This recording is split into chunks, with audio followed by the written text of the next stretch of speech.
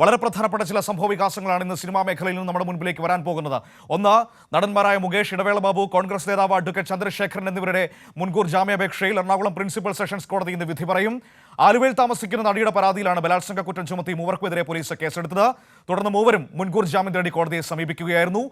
ഒപ്പം തന്നെ നിവിൻ പോളി DGPക്ക് പരാതി നൽകിയേക്കും ഇന്ന് തനിക്കെതിരായ ആരോപണത്തിൽ. അതിന്റെ പുറകിൽ ഗൂഢാലോചന ഉണ്ട് എന്ന് പറഞ്ഞുകൊണ്ട് DGPക്ക് ഇന്ന് നിവിൻ പോളി പരാതി നൽകാനുള്ള സാധ്യതയും കാണുന്നു. ഉമേഷാണ് കൊച്ചിയിൽ നിന്ന് നമ്മളോടൊപ്പം ചേരുന്നത്. ഈ വാർത്തയുടെ സമഗ്രമായ വിവരങ്ങളുമായി നമുക്ക് ചോദിച്ചറിയാം എന്താണ് സിനിമാ മേഖല ഇന്ന് ആകാംക്ഷയോടെ കാത്തിരിക്കുന്നതെന്ന്. Umesh, good morning.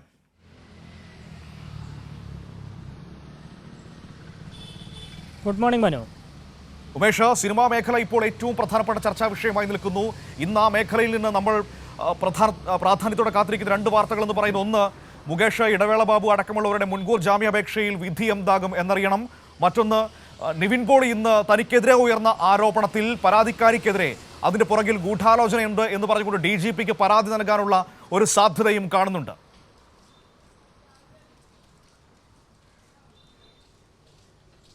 മനു, ഈ മുൻകൂർ ജാമ്യാപേക്ഷയിലെ തീരുമാനം അത് മുകേഷിനെ സംബന്ധിച്ചും ഇടവേള ബാബുവിനെ സംബന്ധിച്ചും ഒപ്പം കോൺഗ്രസ് നേതാവ് അഡ്വക്കേറ്റ് ചന്ദ്രശേഖരനെ സംബന്ധിച്ചുമൊക്കെ ഏറെ നിർണായകമാണിന്ന്.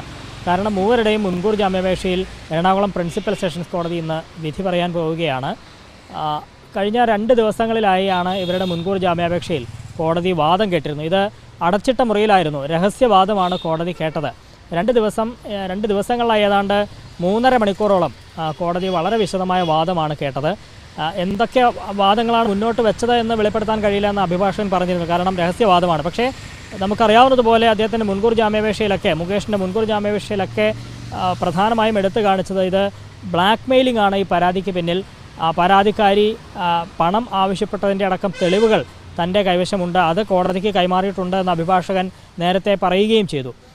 ഇത് വ്യാജ പരാതിയാണെന്ന് ഈ മുൻകൂർ ജാമ്യാപേക്ഷ നൽകിയ 3 പേരും ചൂണ്ടിക്കാട്ടുന്നുമുണ്ട്. ഒരു കാരണവശാലും ഇതിൽ ബലാത്സംഗ കുറ്റം നിലനിൽക്കില്ല എന്നാണ് അവരുടെയൊക്കെ വാദം. എന്നാൽ ഇതിനെ ശക്തമായി എതിർത്തുകൊണ്ട് പ്രോസിക്യൂഷൻ, പോലീസ് രംഗത്തെത്തിയിരുന്നു. സർക്കാരിൻ്റെ, അതായത് പ്രോസിക്യൂഷൻ്റെ നിലപാടനുസരിച്ച് 3 പേർക്കും ഈ ഘട്ടത്തിൽ മുൻകൂർ ജാമ്യം അനുവദിക്കരുത് എന്ന് തന്നെയാണ്. ഇത് ഇവർക്കെതിരെ ചുമത്തിയിരിക്കുന്നത് ബലാത്സംഗ കുറ്റമാണ്, അത് ഏറെ ഗൗരവതരമാണ്. ഇതുവരെയുള്ള അന്വേഷണം പ്രകാരം ഈ ബലാത്സംഗ കുറ്റം നിലനിൽക്കും എന്ന് തന്നെയാണ് പോലീസിന് ബോധ്യപ്പെട്ടിട്ടുള്ളത്. ഈ ഘട്ടത്തിൽ ഇവർക്ക് മുൻകൂർ ജാമ്യം നൽകിയാൽ ഈ കേസ് അട്ടിമറിക്കപ്പെടാൻ സാധ്യതയുണ്ട്. അതുകൊണ്ട് ഈ ഘട്ടത്തിൽ ഒരു കാരണവശാലും മുൻകൂർ ജാമ്യം നൽകരുത് എന്ന് തന്നെയാണ് പ്രോസിക്യൂഷനും കോടതിയിൽ നിലപാടെടുത്തിരിക്കുന്നത്. പ്രോസിക്യൂഷനും പ്രതിഭാഗവും അവർക്ക് ഹാജരാക്കാനുള്ള തെളിവുകളടക്കം കോടതിക്ക് മുമ്പാകെ എത്തിച്ചിട്ടുണ്ട്.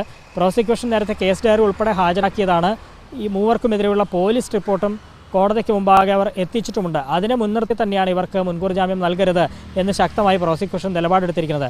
അതേസമയം നേരത്തെ ഞാൻ ചൂണ്ടിക്കാട്ടിയതുപോലെ മുകേഷ് അടക്കമുള്ള പ്രതിഭാഗത്തുള്ളവർ തങ്ങൾ നിരപരാധികളാണ് എന്ന് സാധൂകരിക്കാൻ കഴിയുന്ന തെളിവുകൾ അവരും ഹാജരാക്കിയെന്നാണ് അവകാശപ്പെടുന്നത്. അതുമായി ബന്ധപ്പെട്ട ഇലക്ട്രോണിക് തെളിവുകളടക്കം കോടതിക്ക് മുമ്പാകെ എത്തിച്ചിട്ടുണ്ട് എന്ന് അഭിഭാഷകനും ചൂണ്ടിക്കാട്ടിയിട്ടുണ്ട്. ഈ സാഹചര്യത്തിൽ എറണാകുളം പ്രിൻസിപ്പൽ സെഷൻസ് കോടതി 3 പേരുടെയും മുൻകൂർ ജാമ്യാപേക്ഷയിൽ ഇന്ന് തീരുമാനം പറയും. രാവിലെ തന്നെ, അതായത് 11 മണിയോടെ തന്നെ ഇവരുടെ മുൻകൂർ ജാമ്യാപേക്ഷയിൽ വിധി ഉണ്ടാകും എന്നാണ് പ്രതീക്ഷിക്കുന്നത് മനു.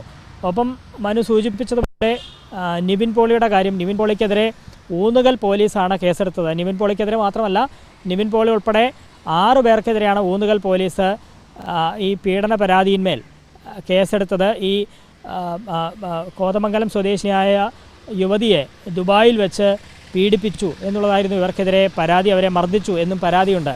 എന്നാൽ ഈ പരാതി വന്ന് കേസെടുത്ത അന്ന് തന്നെ നിവിൻ പോളി മാധ്യമങ്ങളെ കണ്ടിരുന്നു.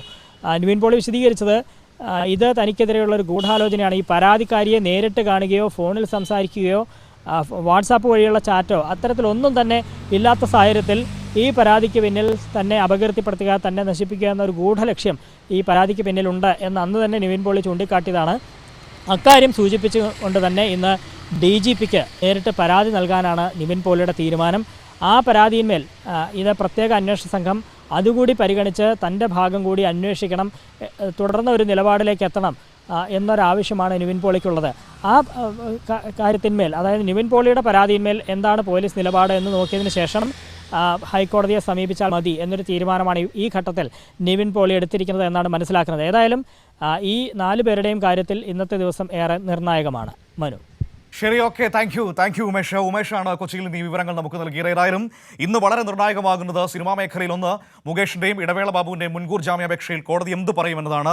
മറ്റൊന്ന് കോൺഗ്രസ് നേതാവായ അവരുടെ അഭിഭാഷക സംഘടനയുടെ നേതാവായിരുന്ന അഡ്വക്കേറ്റ് ചന്ദ്രശേഖരന്റെ മുൻകൂർ ജാമ്യാപേക്ഷയും ഇന്ന് പരിഗണനയിലേക്ക് വരുന്നുണ്ട്. ഈ വിഷയം മറ്റൊന്ന് നിവിൻ പോളി ഇന്ന് DGPക്ക് തനിക്കെതിരെ ഉയർന്ന ആരോപണത്തിൽ ഗൂഢാലോചനയുണ്ട് എന്ന് പറഞ്ഞുകൊണ്ട് പരാതി നൽകാൻ വേണ്ടി പോവുകയാണ്.